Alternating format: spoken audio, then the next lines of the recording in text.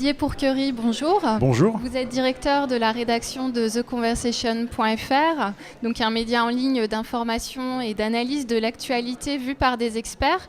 Est-ce que vous pouvez nous raconter comment est né ce site internet ?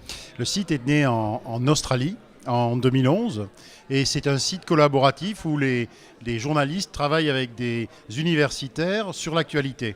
Donc c'est un site qui a commencé à l'université de Melbourne et ensuite qui s'est développé en Grande-Bretagne, depuis l'Australie, en Grande-Bretagne, aux États-Unis, en Afrique australe et enfin en France où on a lancé The Conversation France en septembre 2015. C'est donc un site qui est alimenté d'articles écrits par des experts, des chercheurs et des universitaires. Est-ce que vous pouvez nous expliquer comment vous arrivez à rendre ce contenu accessible au plus grand nombre ? Alors si vous voulez, c'est le plus grosse partie de notre travail.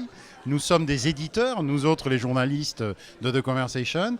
Il y a grosso modo d'un côté 45 000 experts qui écrivent pour The Conversation, enseignants-chercheurs du monde entier, et de l'autre côté 100 journalistes. Et notre boulot, notre travail, c'est de rendre, comme vous le dites, accessible, c'est-à-dire de couper, de réécrire, de travailler avec l'expert. C'est-à-dire c'est un vrai travail collaboratif. Et puis à la fin, c'est lui qui signe. Donc c'est lui qui doit être d'accord avec le travail qu'on a fait. Et en général, ils sont très contents parce que de cette manière, ils touchent un beaucoup plus large public qu'à travers leurs publications scientifiques habituelles. Oui, vous m'expliquez qu'en fait, le principe, c'est que ces articles peuvent être repris sur des médias lus par le grand public. C'est en effet un site qui est entièrement publié sous Creative Commons. Ça veut dire que tous les autres médias peuvent le reprendre gratuitement, à condition, bien entendu, de citer la source. Donc avec ces contenus gratuits, comment vous arrivez à avoir un modèle économique qui soit viable ? Alors c'est la grande question qu'on me pose souvent. Il n'y a pas de pub, tout est gratuit, on peut reprendre tous nos articles gratuitement. Oui, mais comment on fait ? Eh bien, nous sommes des organisations, comme on dit en anglais, non-profit. C'est-à-dire, en France, nous sommes une association loi de 1901. Et comme toute association, nous avons des membres adhérents.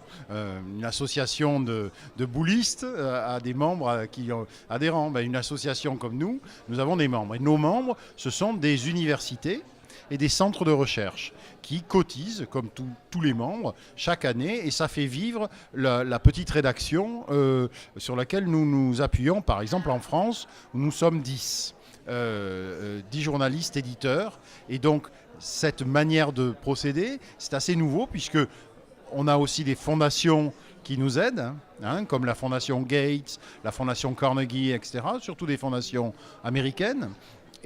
Mais l'essentiel de notre soutien, de nos finances, vient des universités et des centres de recherche. Didier Pourquerie, merci beaucoup d'avoir répondu à nos questions. Merci.